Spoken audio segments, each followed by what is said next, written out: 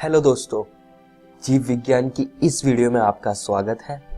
आज भी हम जीव जगत का वर्गीकरण अध्याय को जारी रखेंगे। पिछली वीडियो में हमने प्रोटिस्टा जगत के बारे में पढ़ा था और इस वीडियो में हम कवक जगत और कवक का वर्गीकरण समझेंगे। चलिए शुरू करते हैं। कवक जगत। दोस्तों, कवक जगत को हम फंजाई भी कहते हैं। आइए इनकी कुछ विशेषताओं पर चर्चा करते हैं। कवक विश्वव्यापी यानी कि कॉस्मोपॉलिटियन है, जिसका अर्थ है कि ये हर जगह पाए जाते हैं। ये हवा, जल, मिट्टी में तथा जंतु एवं पौधे पर पाए जाते हैं। जैसे कि ये ब्रेड, अगर आप ब्रेड को कुछ दिन के लिए खुला नमी वाले स्थान पर छोड़ दें तो ब्रेड कुछ ऐसे दिखने लग जाती है। यह कवक की वजह से होता है और ये फलों के ऊपर भी उग जाते हैं। कवक यूकैरियोटिक बहुकोशिकीय होते हैं, लेकिन यीस्ट जो कि कवक जगत का एक सदस्य है वह एक कोशिकीय है। यह यीस्ट का माइक्रोस्कोपिक इमेज है। तो आप देख सकते हैं कि यीस्ट कुछ इस प्रकार का दिखता है और यह बात आपको ध्यान में रखनी है कि वह एक लौता फंजाई का ऐसा सदस्य है जो कि एक कोशिकीय है।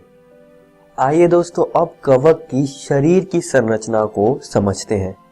जरा यहाँ पर देखिए, यह एक मशरूम है जो कि कवक जगत का एक सदस्य है।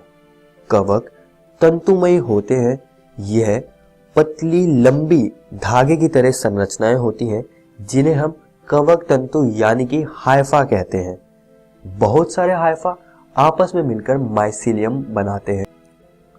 अब दोस्तों, कवक तंतु भी दो प्रकार के होते हैं। पहला है संकोशिकी कवक तंतु और दूसरा है पटीय कवक तंतु। अब दोस्तों आइए इनके बारे में जानते हैं। जो दोस्तों संकोशिकी कवक तंतु होता है, यह बटे नहीं होते यानी कि इसमें सेप्टेट नहीं होता है और यह कॉन्टिन्यूअस ट्यूब्स होती हैं और इनमें बहुकेंद्रीकृत कोशिका द्रव्य होता है। और दूसरी तरफ जो पटीय कवक तंतु होता है उनमें सेप्टेट पाए जाते हैं। तो जिसका मतलब है कि यह कॉन्टिन्यूअस ट्यूब्स नहीं होती हैं, यह विभाजित होते हैं और इनके सेप्टेट में छिद्र होते हैं जिससे कि इनका कोशिका द्रव्य संपर्क में रहता है। और दोस्तों आपको एक और बात फंजाई यानी कि कवक के बारे में याद रखनी है कि इनकी कोशिका भित्ति काइटिन तथा पॉलीसैकेराइड से बनी होती है। आइए दोस्तों अब आगे बढ़ते हैं और कवक जगत की कुछ और महत्वपूर्ण बातों पर चर्चा करते हैं। दोस्तों, अधिकांश फंजाई परपोषी होते हैं, जैसे कि ये मृत जीवी यानी कि सैप्रोफाइट्स होते हैं, जिसका सरल भाषा में अर्थ है ये मृत जीवों पर रहते हैं। और दोस्तों कुछ फंजाई परजीवी के रूप में भी रहते हैं, जिसका अर्थ है कि ये दूसरे जंतु और पौधों पर निर्भर रहते हैं। और दोस्तों कुछ फंजाई तो एल्गी के साथ भी रहते हैं जिन्हें हम लाइकन कहते हैं। और दोस्तों लाइकन कुछ इस प्रकार का दिखता है। और दोस्तों कुछ फंजाई पेड़ों के मूल के साथ संबंध बना के रहते हैं, इसे हम सहजीवी संबंध कहते हैं। जैसा कि आप यहाँ देख सकते हैं कि यह फंजाई का बीजाणु है जो कि किसी एक पेड़ की मूल के साथ रहता है। आइए अब आगे बढ़ते हैं और फंजाई में जनन को समझते हैं। फंजाई कायिक विधि यानी कि वेजिटेटिव मीन्स खंडन यानी कि फ्रैगमेंटेशन, विखंडन यानी कि फिशन, मुकुलन यानी कि बडिंग के द्वारा जनन करते हैं। इनमें अलैंगिक जनन बीजाणु से होता है जिसे कोनिडिया अथवा धानी बीजाणु जिसे हम स्पोरेंजियोस्पोर्स कहते हैं अथवा चल बीजाणु जिसे हम जूस्पोर्स कहते हैं, उनके द्वारा होता है। और दोस्तों इनमें लैंगिक जनन निषिक्तांड यानी कि ऊस्पोर्स, एस्कस बीजाणु यानी कि एस्कोस्पोर और बेसिडियम बीजाणु यानी कि बेसिडियोस्पोर्स से होता है। आइए दोस्तों फंजाई में लैंगिक जनन को थोड़ा विस्तार से समझते हैं। सबसे पहले दो युग्मक जो कि चल अथवा अचल हो सकते हैं, उनके प्रोटोप्लाज्म का संलयन होता है जिसे हम प्लाज्मोगेमी कहते हैं। कुछ फंजाई में एक मध्यवर्ती द्विकेंद्रिकी अवस्था बनती है, जिसका अर्थ है कि इसमें एक कोशिका के अंदर दो केंद्रक होते हैं। इस कंडीशन को हम केंद्रक युग्म यानी कि डायकैरियन कहते हैं और इस फेज को हम द्विकेंद्रक प्रावस्था यानी कि डायकैरियोफेज कहते हैं। बाद में केंद्र संलयन होता है, जिसके बाद द्विगुणित कोशिका बनती है। इस द्विगुणित कोशिका में मियोसिस के बाद अगुणित बीजाणु का उत्पादन होता है, जो कि बाद में माइसीलियम का निर्माण करता है। तो कुछ इस तरह से फंजाई में लैंगिक जनन के स्टेप्स होते हैं। आइए अब आगे बढ़ते हैं और कवक का वर्गीकरण समझते हैं। ये कवक जाल के आकार की, बीजाणु बनने तथा फलनकाय होने के आधार पर विभाजित किए गए हैं। तो जो सबसे पहला समूह इसका आता है उसको हम कहते हैं फाइकोमाइसिटीज। अब इसको जानते हैं। जरा यहां पर देखिए दोस्तों, यह राइजोपस यानी कि ब्रेड माउल्ट है। यह फाइकोमाइसिटीज का सदस्य है और यह ब्रेड पर उगता है, जिसके बारे में हम वीडियो की शुरुआत में बात कर चुके हैं। अब हम फाइकोमाइसिटीज के कुछ विशेषताओं को जानेंगे।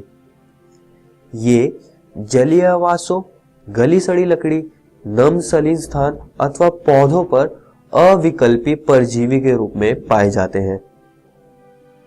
इनका कवक जाल अपटीय तथा बहुकेंद्रिक होता है।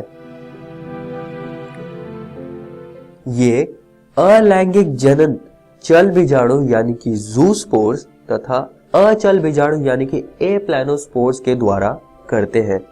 ये बीजाणुधारी यानी कि स्पोरेंजियम से उत्पन्न होते हैं। आइए फाइकोमाइसिटीज के कुछ और उदाहरणों को जान लेते हैं।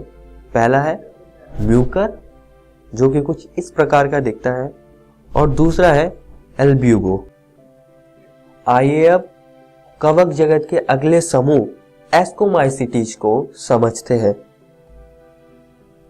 इन्हें थैली फंजाई यानी कि सैक फंजाई भी कहते हैं। इनका कवक जाल शाखित तथा पटीय होता है। इनमें एक कोशिकी यानी कि यीस्ट और बहुकोशिकी पेनिसिलियम आते हैं और पेनिसिलियम का चित्र आप यहां पर देख सकते हैं। ये मृतजीवी, अपघटक, परजीवी अथवा शमल रागी यानी कॉप्रोफिलस होते हैं। कॉप्रोफिलस का अर्थ है कि ये पशुओं के मल में उग जाते हैं। अब हम एस्कोमाइसिटीज के जनन को समझेंगे। सबसे पहले हम अलैंगिक जनन को जानेंगे। इनमें अलैंगिक जनन कोनिडिया बीजाणु द्वारा होता है और यह बीजाणु विशिष्ट कवक जाल कोनिडी मदर यानी कि कोनिडियोफोर पर उगते हैं और बाहरी ओर उत्पन्न होते हैं। ये कोनिडिया बीजाणु हाइफा यानी कि कवक तंतु का निर्माण करते हैं और इनमें लैंगिक जनन एस्कोस्पोर्स यानी कि एस्कस बीजाणु द्वारा होता है। आइए अब आगे बढ़ते हैं और बेसिडियोमाइसिटीज को समझते हैं। इसमें मुख्यतः मशरूम, ब्रैकेट फंजाई और पफ बॉल आते हैं। और दोस्तों, इनका कवक जाल भी शाखित तथा पटीय होता है। आइए अब बेसिडियोमाइसिटीज के जनन को समझते हैं। दोस्तों, ये बेसिडियम फलनकाय है जिसे हम बेसिडियोकार्प कहते हैं। इसमें बेसिडियम होता है जहां पर केंद्रक संलयन तथा मियोसिस से 4 बेसिडियोस्पोर्स यानी कि बेसिडियम बीजाणु बनते हैं। यह बीजाणु नए फंजाई का निर्माण करते हैं। आइए अब बेसिडियोमाइसिटीज के कुछ उदाहरणों को जानते हैं। यह एगैरिकस है जो कि बेसिडियोमाइसिटीज का एक सदस्य है। और इसका अगला उदाहरण है ऑस्टिलैगो। ऑस्टिलैगो दोस्तों एक परजीवी के रूप में रहता है, जैसा कि आप देख सकते हैं। अब दोस्तों हम कवक के आखिरी समूह ड्यूटेरोमाइसिटीज को समझेंगे। आइए इनकी कुछ विशेषताओं को जानते हैं। इन्हें अपूर्ण कवक कहते हैं और इनके हमें अलैंगिक तथा कायिक प्रवस्था ही ज्ञात है। और दोस्तों ये कोनिडिया से जनन करते हैं। इसके कुछ उदाहरण हैं, जैसे कि ट्राइकोडर्मा, ये ट्राइकोडर्मा की एक कॉलोनी है, और अल्टरनेरिया। यहां पर दोस्तों कवक जगत समाप्त होता है। इस वीडियो में हमने कवक जगत के बारे में पढ़ा, जिसमें कि हमने इसकी कुछ विशेषताएं और जनन प्रक्रियाओं को समझा। और दोस्तों साथ ही में हमने कवक का वर्गीकरण भी जाना, जिसमें हमने इसके कुछ समूहों के बारे में चर्चा करी। दोस्तों मैं आप सभी को बताना चाहूंगा कि आज हमने आपके एनसीईआरटी किताब का एक जगत फंजाई यानी कि कवक को समाप्त कर लिया है। आप इसको जरूर घर से किताब से पढ़कर आइएगा। अगली वीडियो में हम पादप जगत, जंतु जगत, विषाणु, विरयोइड तथा लाइकन के बारे में चर्चा करेंगे। धन्यवाद।